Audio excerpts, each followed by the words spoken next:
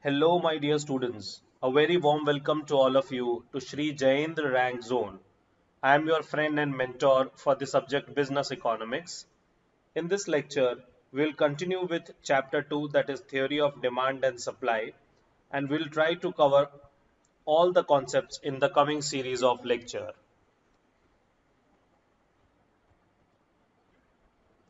So this is lecture 5.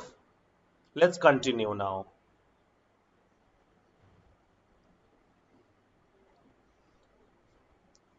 We'll be beginning with the limitations of law of diminishing marginal utility.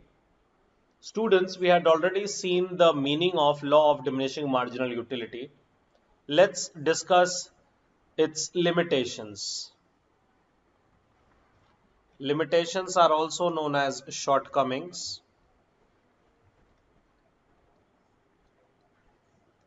So first, whenever we are presuming the law of diminishing marginal utility, the products or units of consumption should be homogeneous.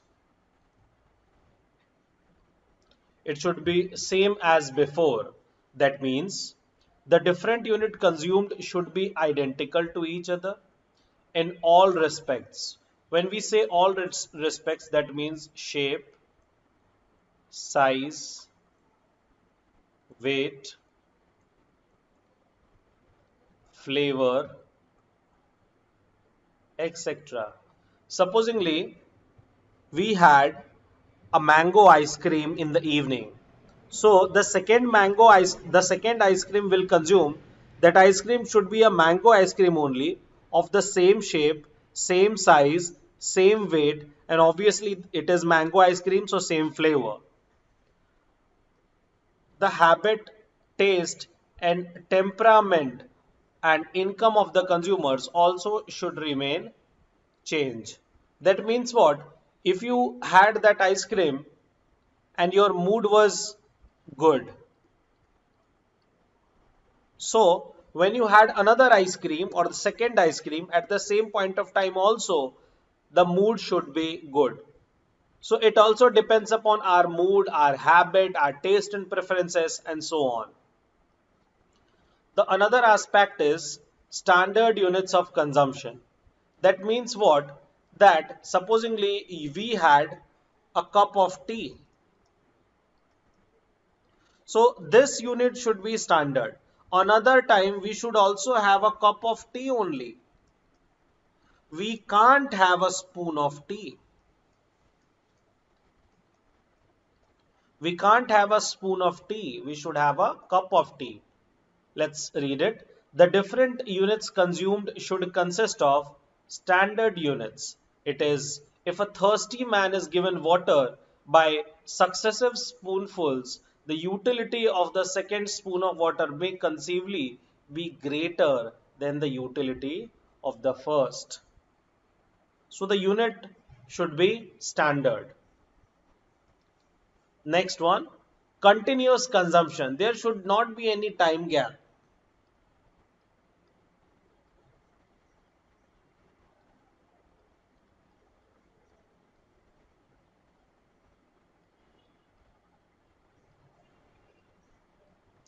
Between the consumption.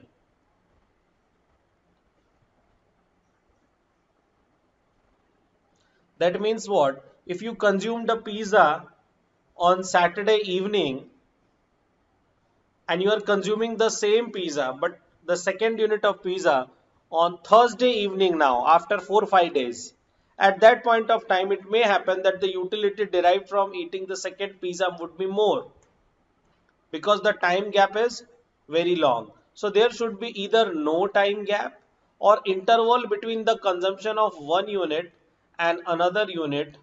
That is, there should be continuous consumption. The next is the law fails in case of prestigious goods. That means what? The law may not apply to articles like gold, cash, that is money, diamonds, where the greater quantity may increase the utility because it is of prestigious nature. It is article of distinction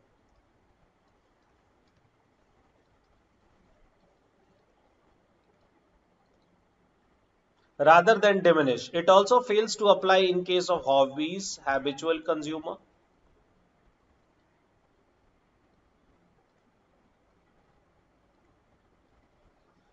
Okay, and rare collections.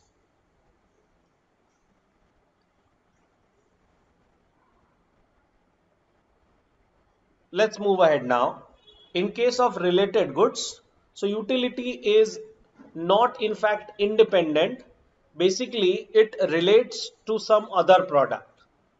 The shape of the utility curve may be affected by the presence and absence of the articles which are substitutes or complementary. So generally, supposingly if we have tea is with sugar. So if you are having tea in the morning, so the tea is with sugar or without sugar, it makes a lot of effect on the utility of the tea. So I think you understood. Tea with sugar.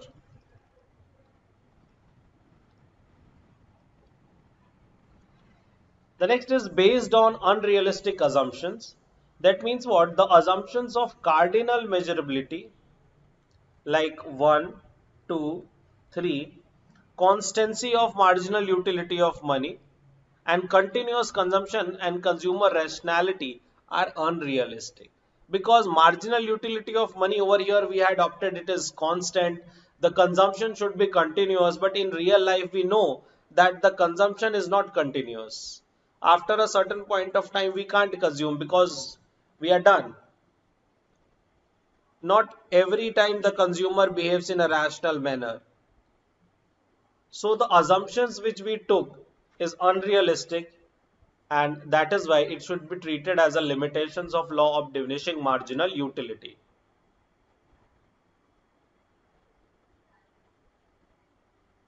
I believe you must be clear by now.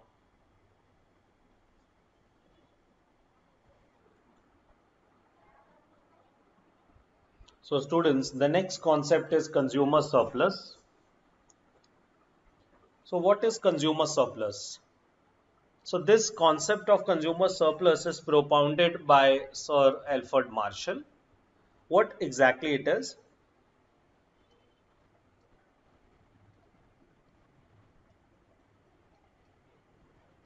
So basically, consumer surplus is the difference between what the consumer wanted to pay and what he actually pays. What the consumer wanted to pay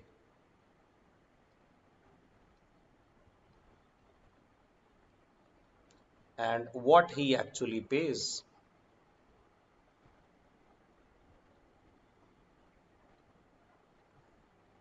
So supposingly, the consumer was ready to pay 10,000 rupees for a product, but in reality he paid 7,000 rupees because the seller sold the product at 7,000 rupees. In that case, the consumer is having a surplus of 3,000 rupees. This is to be treated as consumer surplus.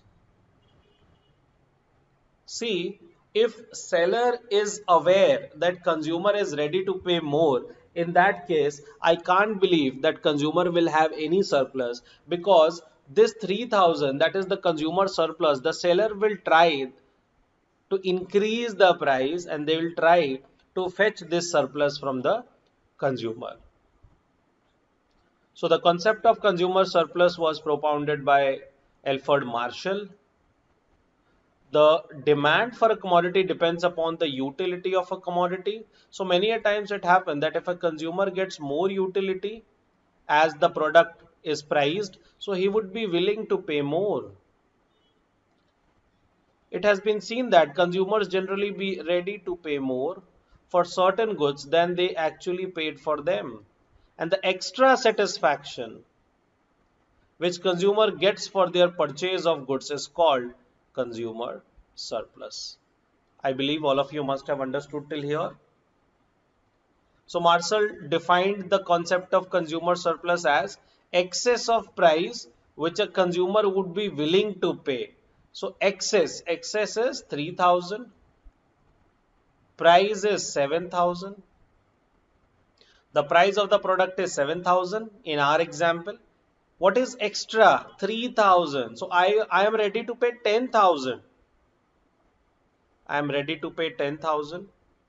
Actually paid 7,000. So 3,000 is my consumer surplus, which a consumer would be willing to pay rather than go without the product. This is called consumer surplus. I believe you are clear.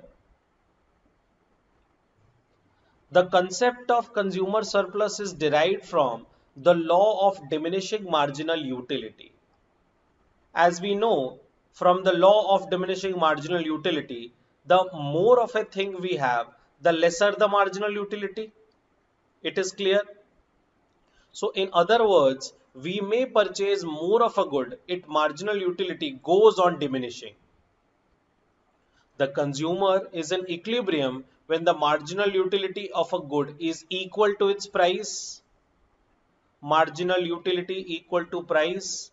He purchases that many number of units of a good at which marginal utility is equal to price. Since the price is same for all the units he purchases, he gets some extra utility for all the units consumed by him except for the one at a margin, at a higher price. So the extra utility or extra surplus for the consumer is called consumer surplus.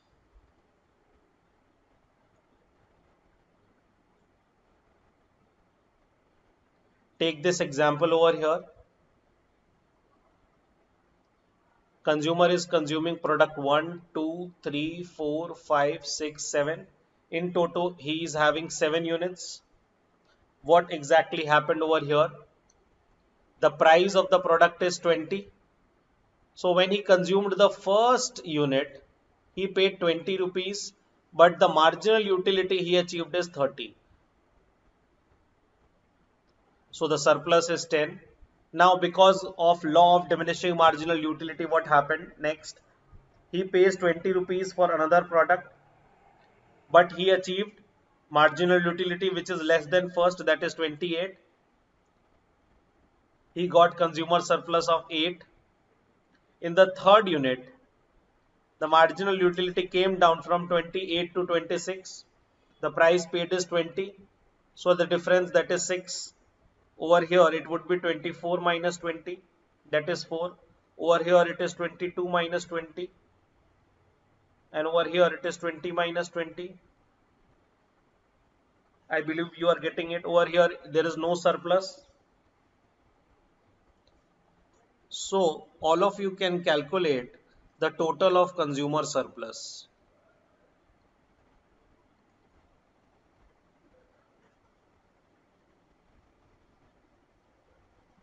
That is 30. The sum total of all these would be 30. Is it clear now? Is it clear?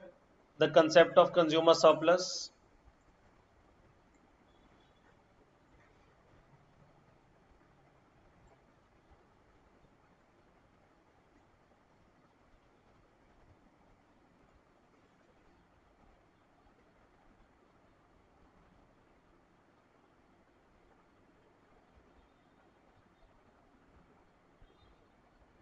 Okay, so the next concept is graphical presentation of consumer surplus.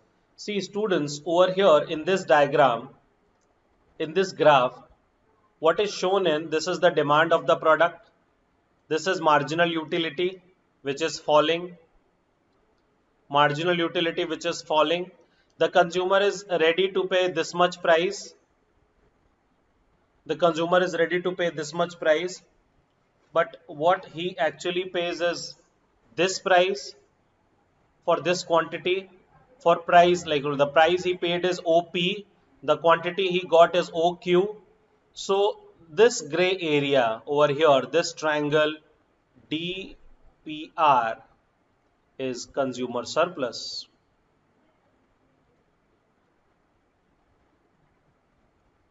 So this triangle, that is DPR, is known as consumer surplus.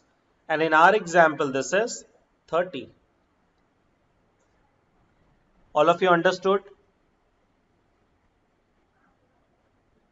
Just see it over here. In figure 2, the total utility is equal to the area under marginal utility concept at point Q, that is ODRQ. ODRQ. But at the given price at OP, the consumer actually pays OPRQ. So this is the benefit and this is the payment. So this is extra benefit he receives. The consumer derives extra utility, and that is equal to DPR, nothing but consumer surplus. I believe it is clear.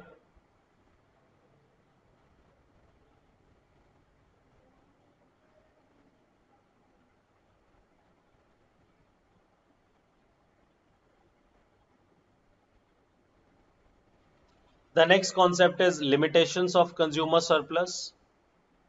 Number one, so consumer surplus cannot be measured precisely, exactly, because it is very difficult to measure the marginal utility of different units of commodity consumed by a person. It is very difficult to measure the marginal utility of different units of commodity consumed by a person. Why? Because it is subjective in nature.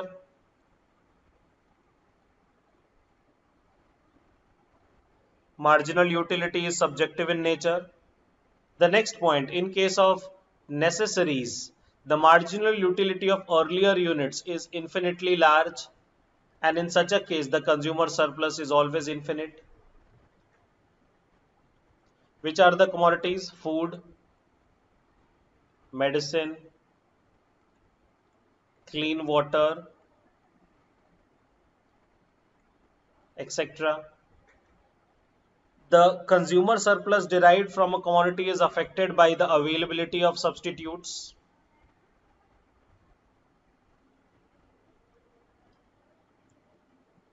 So those products which have substitutes available, like tea and coffee,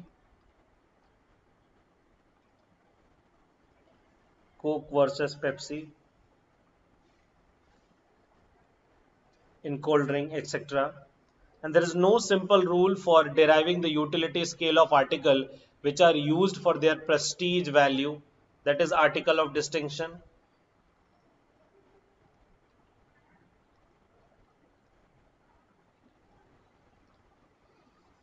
There is no simple rule. So it may happen that the utility should fluctuate. The satisfaction will fluctuate from person to person.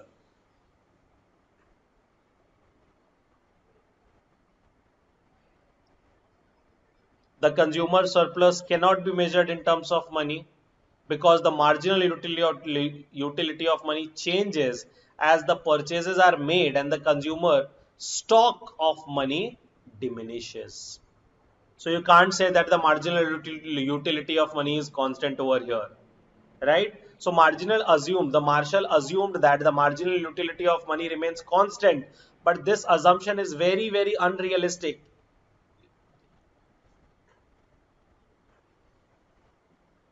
This does not happen, and the concept can be accepted by only if it is assumed that the utility can be measured in terms of money or otherwise.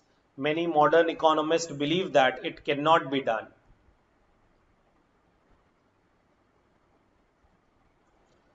So do one thing, just write a note over here.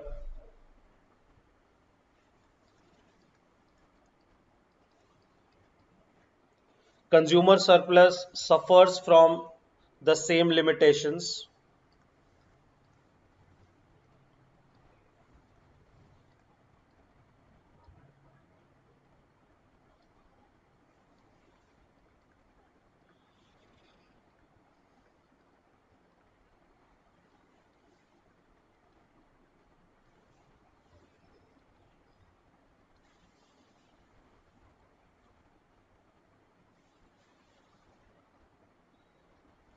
as law of diminishing marginal utility,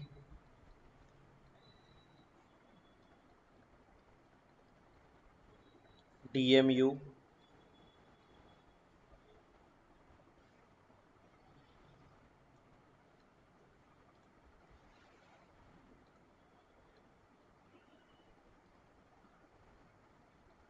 Consumer surplus has useful application in business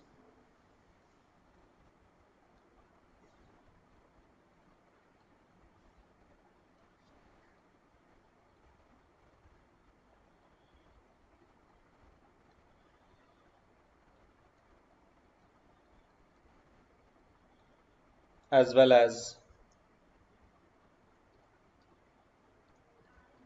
in government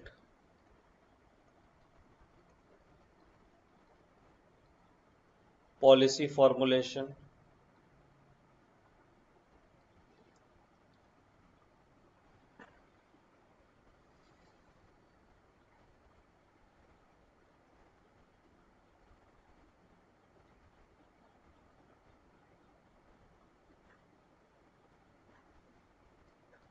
The next concept is the concept of consumer surplus has important practical applications in real life, and such applications are listed over here.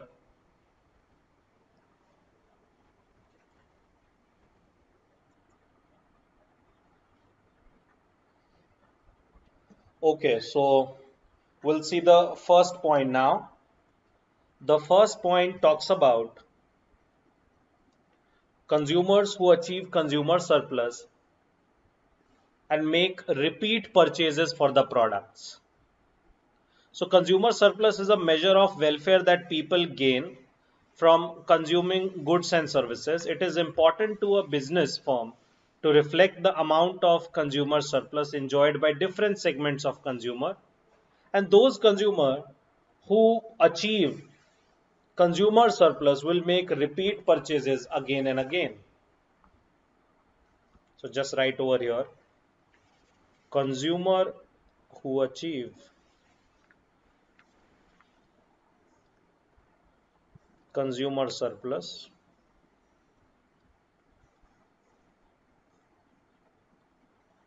make repeat purchases.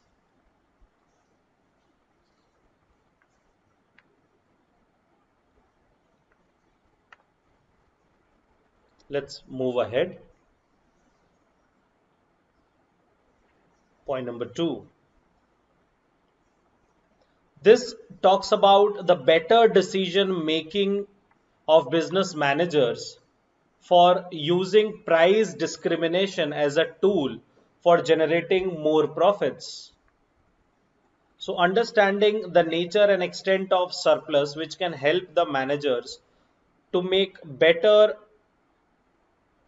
decision making of setting prices in such a manner that to identify the group of customers with different elasticity of demand within their market and the segments which are willing to pay higher prices, who are having urgency of these goods, the business can use price discrimination technique. Firms can profitably use price discrimination technique. So you can write it over here. Better decision making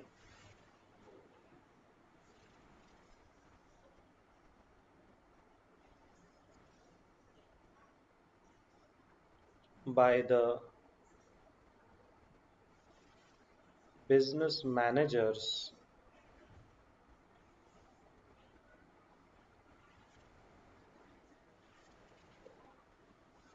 to use price discrimination for achieving higher profits.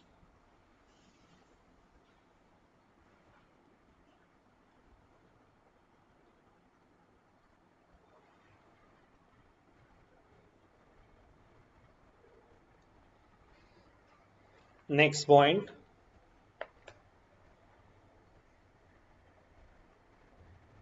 So this point talks about the consumer surplus, basically the cost benefit analysis. The cost benefit analysis for decision making. So large scale investment decision involves cost benefit analysis, which takes into account the extent of consumer surplus which the project may fetch. So you can write it over here. Cost benefit analysis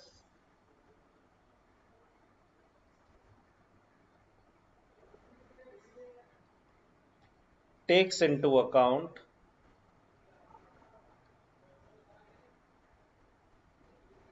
the consumer surplus.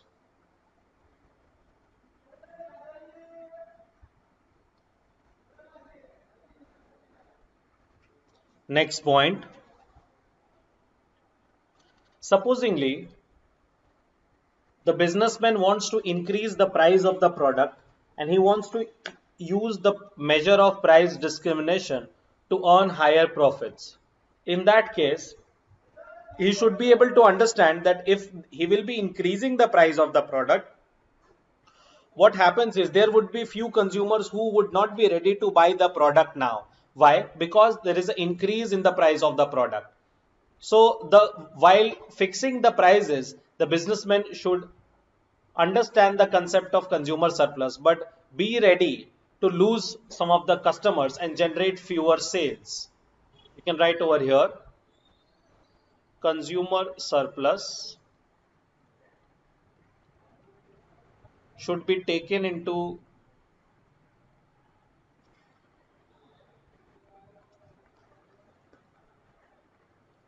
consideration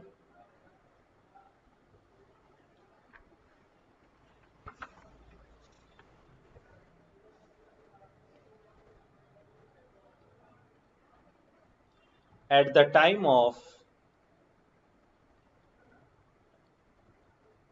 increasing the prices of product.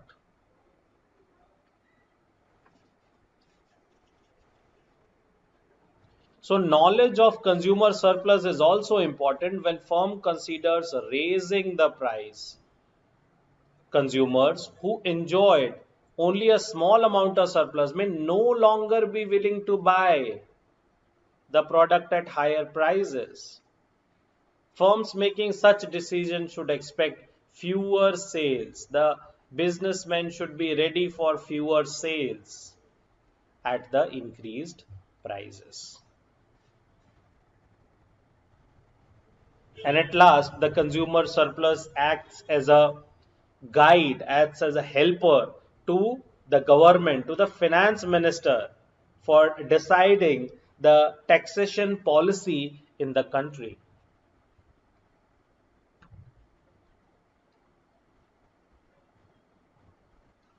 Consumer surplus acts as a guide to finance minister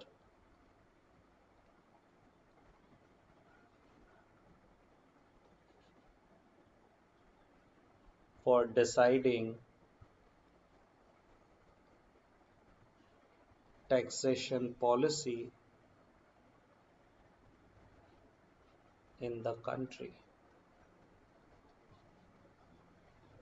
So consumer surplus actually acts as a guide to finance minister when they decide on the products on which the taxes has to be imposed, more taxes has to be imposed, and extent to which the commodity tax has to be raised. So supposingly they want to raise the tax from 5% to 8%. So this is to be decided when we have an idea of consumer surplus. In case of no consumer surplus, if the government is increasing the tax from 5% to 8%, what actually will happen is the consumer won't be able to survive and the economy will fall down. So it is always desirable to impose taxes on increase the rate of taxes on commodities yielding higher consumer surplus. But we should have that idea that our surplus, our citizens are having higher consumer surplus. Okay.